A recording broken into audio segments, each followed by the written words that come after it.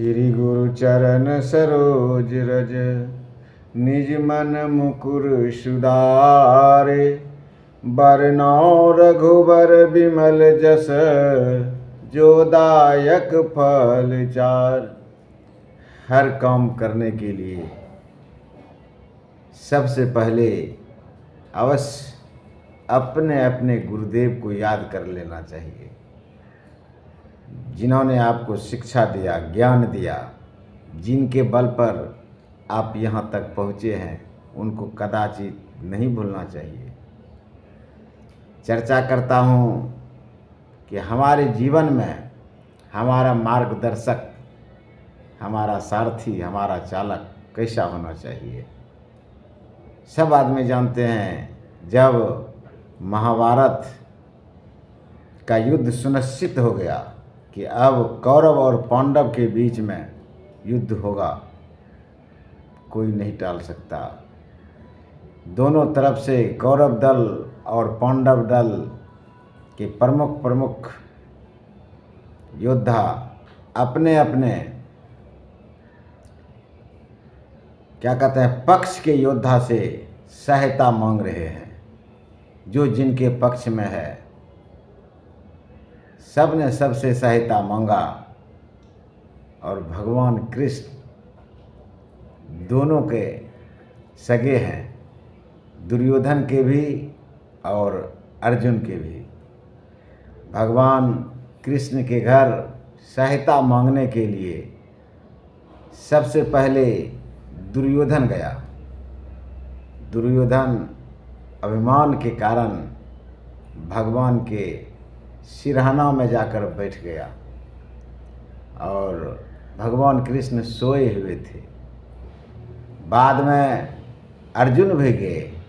अर्जुन भगवान के पैर के निकट बैठ गया, और लीलाधर तो सब जानते हैं।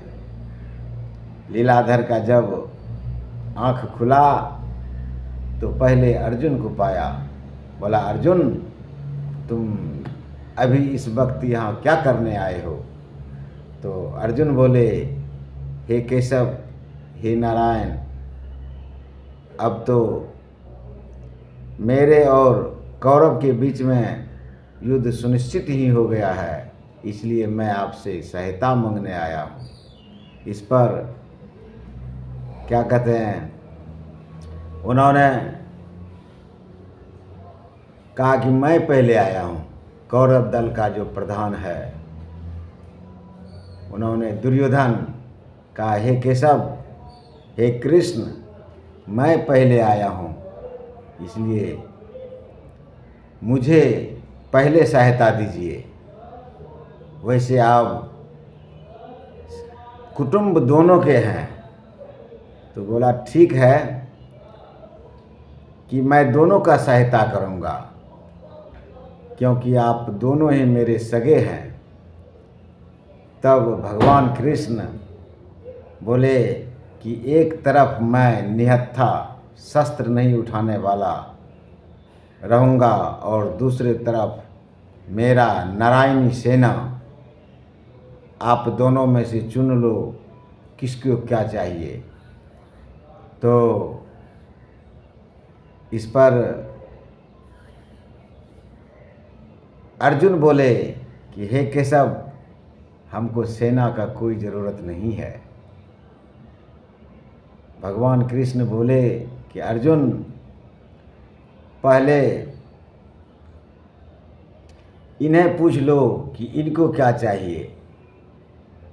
तब दुर्योधन बोले कि हे केशव, हमको आप अपना नारायणी सेना दे दीजिए। उन्होंने भगवान कृष्ण से नारायणी सेना मांगा, और फिर अर्जुन का भी वक्तव्य सुना कि अर्जुन चाहता क्या है। अर्जुन ने भगवान कृष्ण से कि हे केशव, महारथी तो हम 5 ही काफ़ी हैं, लेकिन मेरे बीच में कोई मार्गदर्शक नहीं है, इसलिए आप मेरा सारथी बन जाइए। आप अगर मेरा सारथी बन जाते हैं तो हमको युद्ध में कोई परास्त नहीं कर सकता है। और दुर्योधन ने मांग लिया भगवान कृष्ण से नारायणी सेना और सोच लिया कि अगर मैं कृष्ण को मांगता और यह अकेला निहत्था मेरा कुछ सहायता नहीं करता, अब नारायणी सेना के बल पर मैं इस युद्ध को जीत जाऊंगा। और अर्जुन ने मांग लिया भगवान कृष्ण को, जिनके साथ में स्वयं भगवान सारथी बन जाए, उनको संसार रूपी कष्ट से, संसार रूपी कष्ट उनको कुछ भी नहीं कर सकता है। सभी बाधा को काटने वाले सारथी होते हैं। अभी भी जो हमारे किसी भी प्रकार के गाड़ी में चालक होते हैं, ड्राइवर होते हैं, उन्हीं के पास में हमारे जीवन का बागडोर होता है।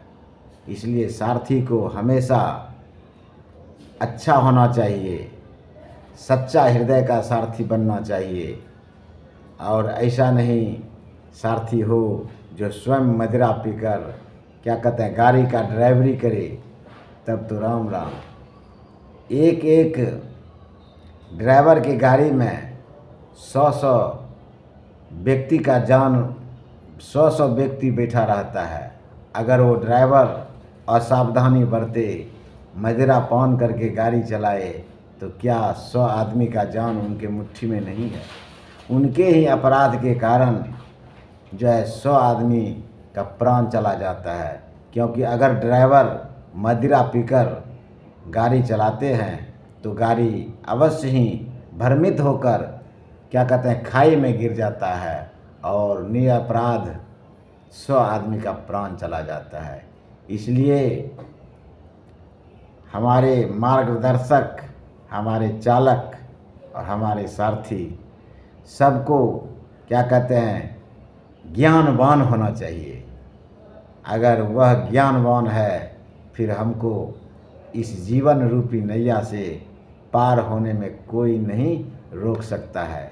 इसलिए 2 शब्द गोविंद के नाम का, श्री कृष्ण गोविंद हरे मुरारी, हे नाथ नारायण वासुदेव, हे नाथ नारायण वासुदेव, हे नाथ नारायण वासुदेव।